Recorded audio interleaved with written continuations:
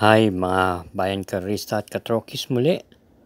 Tayo nagbabalik na lang po mga Kelos TV para sa Friday tips natin, April 19, 2024 ng Metroturf, kung saan meron po silang 8 pangarera muli at ito'y magsisimula po rin yung ganong oras ng alas 5 ng hapon.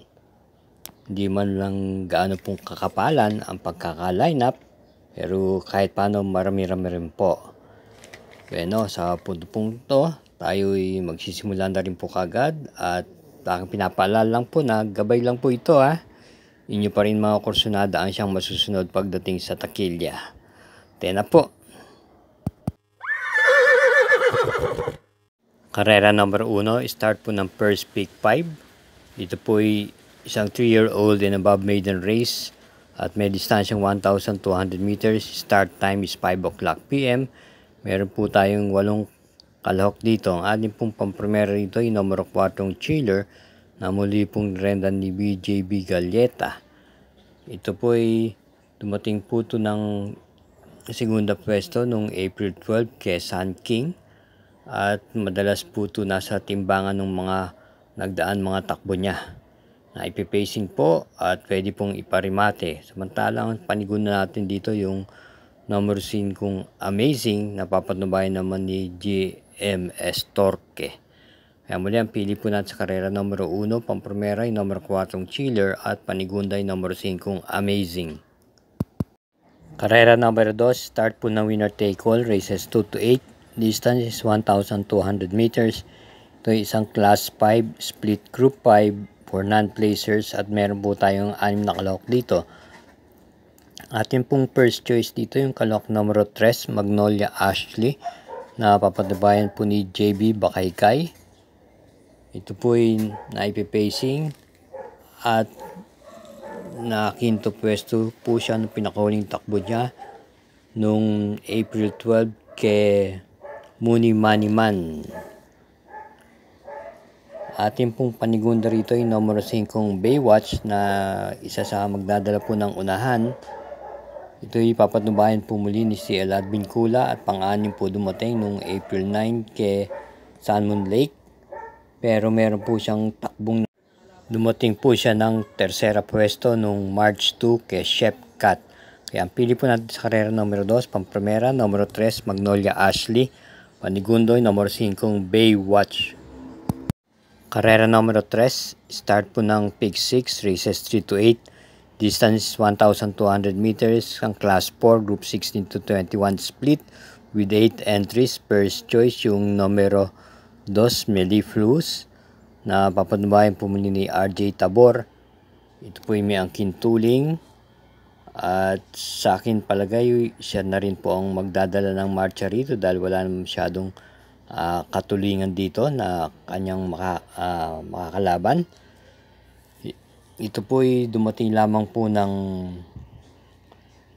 pang-8 pwesto nung nakaraan nung April 13 kay Grand Monarchs, pero meron po siyang naitalang panalo na banderang tapos nung February 2 kung saan tinalo niya po si Mr. Dynamic at Money for Biffany. Ating pong panigunda naman dito ay numero 5 Kaboom na nakwarto pwesto nung April 13 kay Hombre. At ngayon, kinambyo na po siya kay YL Bautista Renda. Ito po isang derimate. Kaya ang pili po natin sa karera numero 3, pampremera, numero 2, Meliflus, panigunday, numero 5, Kaboom. Karera numero 4, isang class 5, split group 11 to 15. May distansyang 1,200 meters. Start po ng second pick 5, races 4 to 8.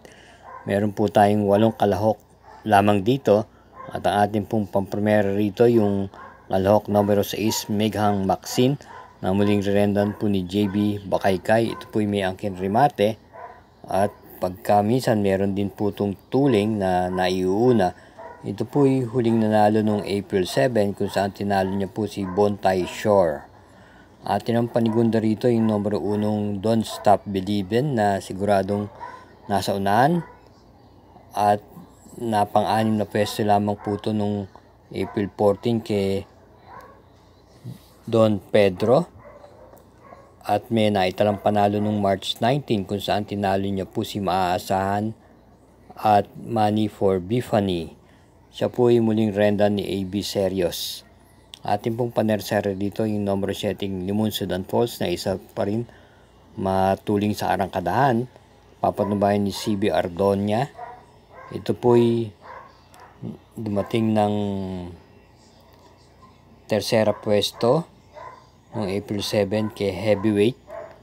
Kaya't sa muli, ang pili po natin sa karera numero 4, pampremera numero 6, Megan Maxine, panigundo numero 1, Don't Stop Believin', at panerseray numero 7, Limon Sudan Falls. Bago po tayo magpatuloy, pinapaalala ko lang po na huwag po tayo makakalimot mag-subscribe. Gayun din po naman paki-like and share ang Mangkelos TV. Salamat po. Karera numero 5. Ito po ay start ng peak 4, races 5 to 8. May distansyang 1,400 meters ang class 5 split group 6 to 10 with 9 entries. Ang ating pong pampremera rito yung coupled entries numero 3, Unafraid, instant message. Unafraid may angkin tuling na kwento pwesto lamang po ito noong April 9 kay Beautiful Day, pero meron po itong takbong kung saan nung March 8 siya po ay dumating na segundo pwesto kay Don't Stop Believin'. At yung coupled entries niyang 3A na instant message, ito po ay nakwarto pwesto nung March 22 kay High Quality. At may preba rin po itong dumating na segundo pwesto nung February 18 kay Distant Thunder. At muling papatubayan ni NC Lunar. Ito po ay may angkin remate. Atin ang pong panigundo rito yung numero 9 Iris, na bagamat pampito lamang po dumating siya noong April 7 sa kakwadro niyang si Sherse. Ito po yung nakapagtala naman ng panalo noong February 2, kung saan impresibo niya pong tinalo si Southern Man at Kentucky Rain, at muling rerendahan ni CB Ardonia. Ito po ay pwedeng isabay sa unahan at pwede rin po itong iparimate. Kaya ang pili po natin sa karera numero 5, pampremera yung coupled entries numero 3, Unafraid, instant message, panigundo yung numero 9 Iris. Karera numero 6, may distansyang 1,200 meters, isang class 5 split group 6 to 10, at ito po ay merong 7 kalahok dito. Ang ating pong first choice dito yung kalahok numero 7 Aliyana, na muling rendan po ni JT Pabilik. Ito po ay may angkin tuling at naturoan na rin po itong i-pacing. Itong kanyang pinakahuling takbo po noong April 12, siya ay napang-anim lang po sa karerang pinalunan po ni Carried Away. Pero meron po itong dating na tersera po siya noong March 6 kay Fortress at Celtics Magic. Atin ang pong panigundo dito ay numero 1 Tokyo Rumba, na siguradong siya po ang kukuha ng unahan at magdadala ng kabuuan marcha. Ito po ay gamay po ng hineting si Joel Ciego na siyang rerenda sa kanya. May angkin panalo po ito noong March 5 kung saan tinalo niya po si Jumbo at Tsakapin Mo Ako. Kaya ang pili po natin sa karera numero 6, pampremera numero 7 Aliyana, panigundo ay numero 1 Tokyo Rumba. Karera numero 7, penultimate race. May distansyang 1,400 meters, ang class 5 split, group 5 for placers, at meron siyam na kalahok dito. Ang ating pong pampremera rito, yung numero 2, Den, na muling rendan po ni LA Aguila.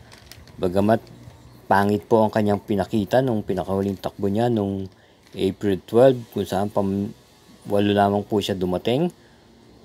At may hindi man po nagpakita sa unahan sa karerang pinalunan po ni Heritage.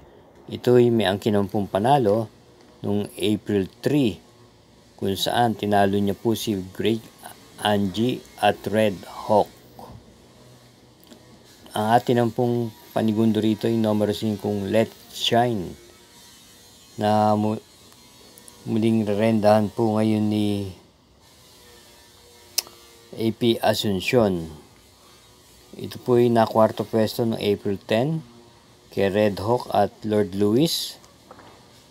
At meron po itong preba na dumating po ito ng segundo pwesto nung March 27 kay Pendant, kung saan siya po ang bumandera sa naturang karerang iyon. Ito po ay base sa kanyang tinakbo, may angkin pong tuling at pwede pong iparimate.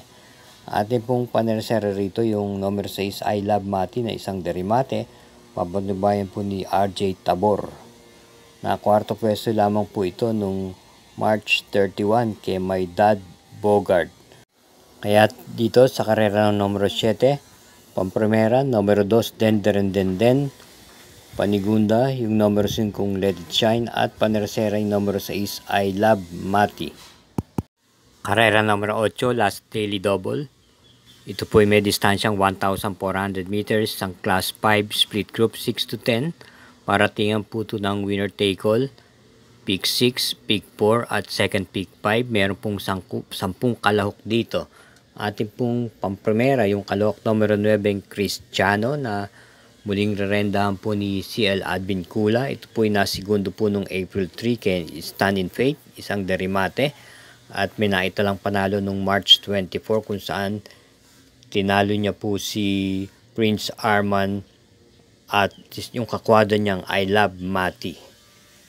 Atin ang pong panigunda rito yung isa pang derimating numero 10 na Majestic Star na nakinto pwesto lamang po nung April 6 kay Kentucky Rain.